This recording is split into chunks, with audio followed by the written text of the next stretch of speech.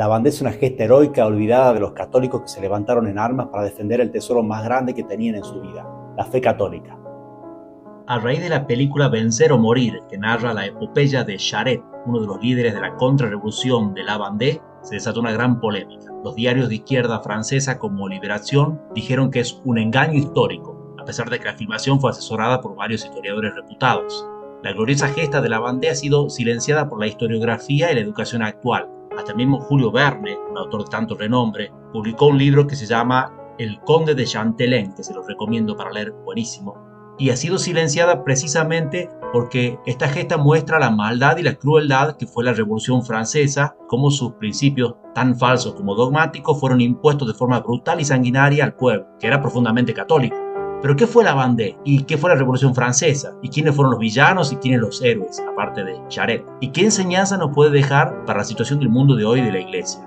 Pero primero quiero contarte algo curioso. Esta película fue producida por Le Puy du Fou, que es un parque temático enorme de 50 hectáreas a unos 400 kilómetros de París, 70 de Nantes, al oeste de Francia, y está al lado de un castillo renacentista en ruinas de Puy du Fou, que fue precisamente incendiado durante la guerra de Vendée. Es la región del río Loire. Puy du Fou ha sido premiado como el mejor parque temático del mundo y pertenece a un millonario católico que quiso precisamente enseñar la verdad histórica a la gente que va allí, que son unos 2,5 millones por año.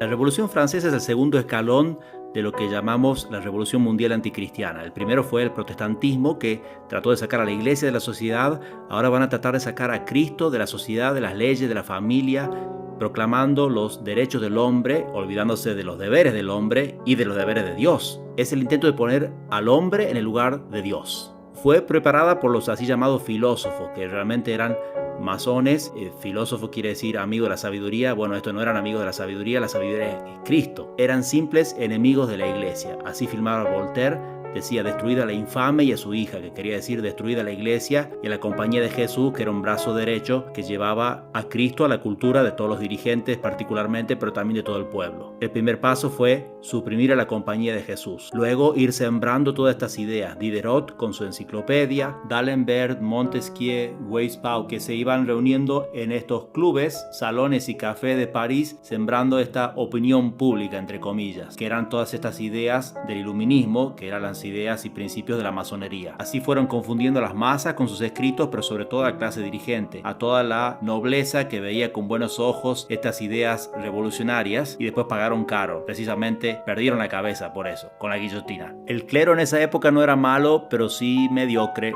poco formado y quizás poco fervoroso. Acostumbrado a la inercia de un pasado glorioso católico de Francia, habían ido descuidando el apostolado del pueblo. No en todos los casos, claro que había santos como San Luis María Grignon de Montfort, que fue precisamente el predicador de toda esa zona de la Vendée. Quizás precisamente por ese fervor católico que había en esas zonas fue uno de los primeros lugares en levantarse contra la Revolución Francesa. A decir verdad, se levantaron la mayoría de las comunas recién creadas, pero sobre todo fue notorio el levantamiento de Anjou, Poitou, que es la zona de la Vendée, se llamó todo eso la Vendée militar, y también Bretaña y Normandía. Charette, el héroe de la película, va a ser más de la zona de Bretaña.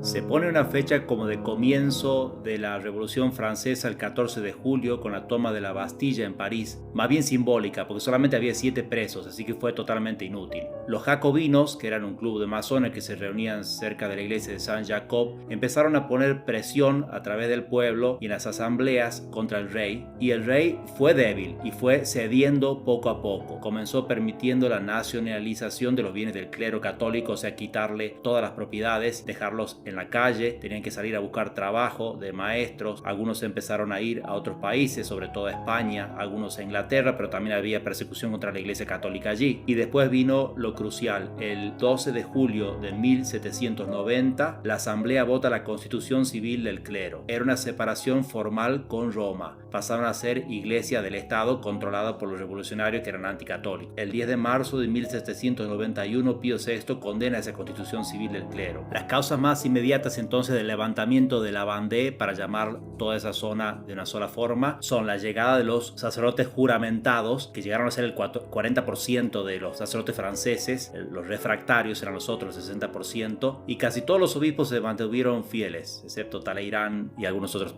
judas que hubo. El gobierno empezó a pagar por cabeza de sacerdote refractario, o sea, fiel a Roma, y va a subir la recompensa. Estos deambulaban de incógnito con una bolsa de los libros de los sacramentos para saber quiénes habían recibido bautismo, casamientos y tener todo asentado cuando algún día volviese la paz. El Papa Pío VI excomulga a los juramentados y los sacramentos que van a impartir son inválidos. La segunda causa del levantamiento de la Vendée es la ejecución del rey en el año 93, que era piadoso, era un hombre de oración, pero realmente muy resoluto y no era el hombre que necesitaba en ese momento. Y la tercera causa es la leva, o sea, el reclutamiento de soldados para una guerra contra España. Los franceses contestaron: iríamos a cualquier guerra, pero a matar gente que piensa como uno y tiene la misma fe que nosotros, no.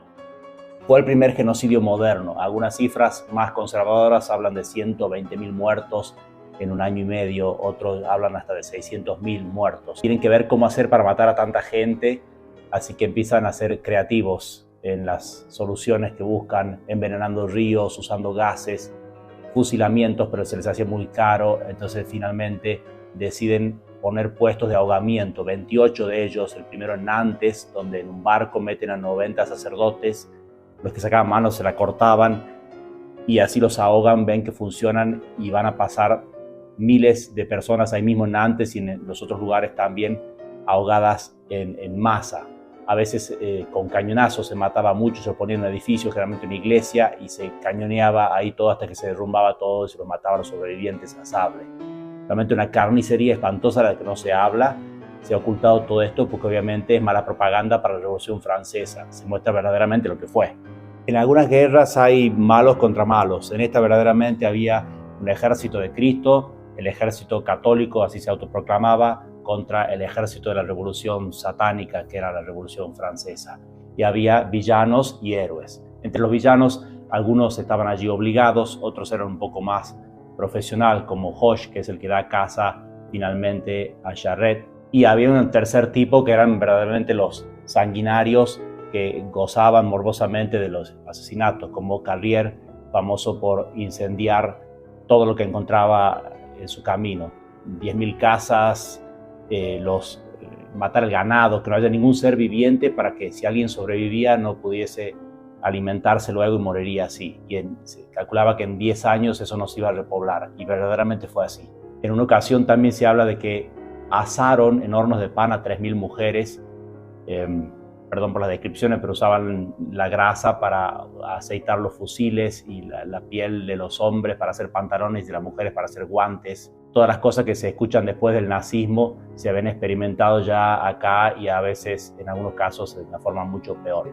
El primero de los héroes es Jacques Cathelineau, que era un vendedor ambulante, podríamos decir, iba de feria en feria y por eso conocía a mucha gente, tenía muchos contactos, un hombre muy carismático, verdaderamente un hombre de familia. Estaba asando pan cuando llegan a pedirle ayuda, a pedirle que haga algo al respecto de la revolución. Era un hombre que odiaba la revolución por lo que se oponía a la fe católica. Se limpia las manos, se cambia, toma su pistola y su rosario, lo pone en el cinto y van a juntar a 28 primeros valientes. Una de las primeras acciones va a ser la toma de Saumur, donde ya enfrenta con un ejército de 15.000 campesinos sin entrenamiento, sin disciplina. De hecho, van a llegar ellos y la idea era sitiar la ciudad, y sin embargo se lanzan al ataque contra 16.000 soldados de los azules, o sea, los republicanos, los revolucionarios que están adentro, están muy bien protegidos por las murallas, son entrenados y con disciplina, y sin embargo vencen y toman la ciudad. Después va a reflexionar Cathelineau pensando, bueno, realmente ha sido la ayuda de Dios, es casi un milagro que hayan ganado esa batalla. Otros héroes son también, en este caso nobles, que los campesinos mismos van a ir a buscar y pedirles que se pongan a la cabeza del ejército. Algunos no quieren hacerlo, van a tener que convencerlo literalmente. Hay uno que lo tienen que sacar abajo de la cama porque no quería ir. Sin embargo, fueron después grandes héroes y verdaderamente santos en su comportamiento, en la fe que tenían. Y uno de mis personajes favoritos es Roch-Jacquelin, que tiene 20 años cuando le van a pedir que se haga cargo del ejército. Y él obviamente dice, No tengo experiencia militar más que haber defendido las Tullerías en una batalla, pero no liderando las tropas. Mi padre fue coronel, pero yo no. Yo tengo solamente 20 años, soy muy joven. Le insisten, era una persona muy carismática, era un rubio alto, muy amable, muy afable, muy querido por todos. Entonces finalmente se pone en la cabeza del ejército y va a luchar valientemente, demasiado expuesto. A veces esa es la única queja que hay contra él, que se va en primera fila a luchar y va a morir a los 22 años. Va a durar 2 años en esta batalla. Muere precisamente por haber perdonado a 2 de los azules soldados revolucionarios. Los deja ir y al volverse uno saca una pistola y le pega un tiro en la cara y así muere traicionado. Bonchamps fue otro de estos nobles que se pusieron a la cabeza por pedido de los campesinos. Recalco esto porque no fue algo que habían ideado los nobles para recuperar sus privilegios, algo así como dicen algunos críticos de izquierda, sino verdaderamente el pueblo que quería defender su fe católica, sus iglesias, sus buenos sacerdotes, como llamaban, y entonces van a pedirle a estos nobles que encabecen ese ejército, que va a ser en algunos momentos muy numeroso, algunos momentos muy pequeños. Bonchamps es uno de estos grandes ejemplos, está ya moribundo por las heridas de batalla y han capturado a 5.000 soldados enemigos, que es muchísimo.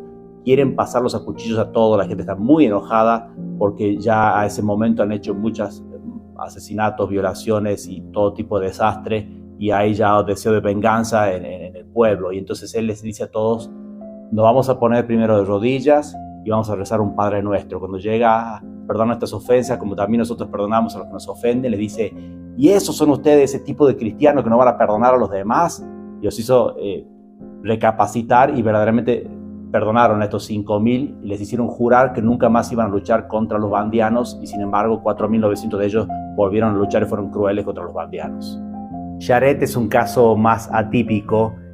Los otros jefes anteriores son muy piadosos, muy religiosos, muy santos.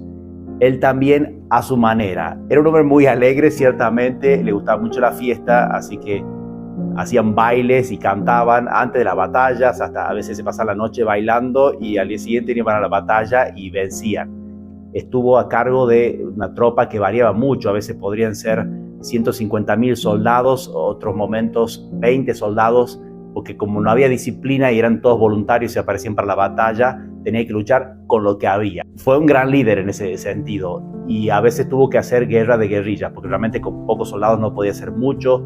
Atacaba por sorpresa a la noche, hacía emboscadas, desaparecía. Muchas veces no podían encontrarlo y a veces había hasta 4 ejércitos buscándolo y no podían encontrarlo en un terreno que no era tan grande.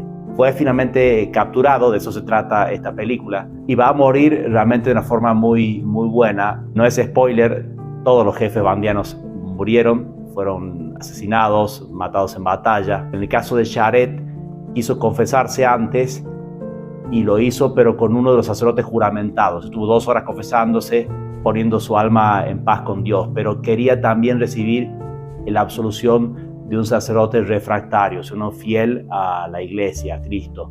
Entonces acordó con una señora que conocía que iba a ver en tal esquina, cuando doblaba, cuando lo llevaban al pelotón de fusilamiento, un sacerdote en una ventana que iba a mover un pañuelo blanco. Y eso era la señal que estaba el sacerdote y que le iba a dar la absolución. Así que en ese momento inclinó la cabeza, recibió la absolución y siguió adelante, y así murió en paz con Dios santamente. Al morir mostró incluso su valor hasta el último minuto. Llegó muy pacíficamente al pelotón de fusilamiento y pidió él dar la orden de fusilamiento bajando la cabeza. Y así recibió esos disparos y cayó suavemente como quien se acuesta a dormir. Los soldados mismos del pelotón salieron emocionados, llorando ante ver un héroe. Hasta se sentían honrados de haber estado en presencia de semejante héroe. Napoleón mismo lo va a alabar, como va a alabar a los demás héroes de la Vendée, por haber sido esos grandes líderes valerosos, fieles a sus principios religiosos. Napoleón no podía ver cuál era lo que verdaderamente movía a los vandianos a resistir, que era la fe católica, la fe verdadera.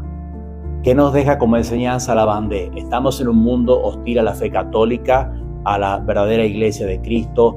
Hay persecución, en algunos casos de una forma totalmente sanguinaria, igual y peor que en la Revolución Francesa, en el Oriente, todos los lugares musulmanes y comunistas. En otros lugares de una forma más escondida, los sacerdotes cancelados, que parece verdaderamente esos refractarios que tienen que estar escapándose de un lugar al otro. Y así nos toca también a nosotros defender a los sacerdotes, a la Iglesia Católica, a la verdadera fe, a la fe de Cristo que no cambia con el tiempo.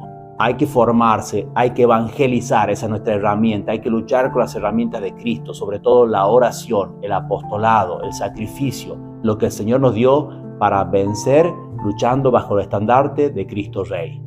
¡Viva Cristo Rey! ¡Viva la Bandé! Si este video te sirvió, por favor compartilo, ponle like, dejarnos algún comentario, nos interesa saber tus opiniones y hasta la próxima.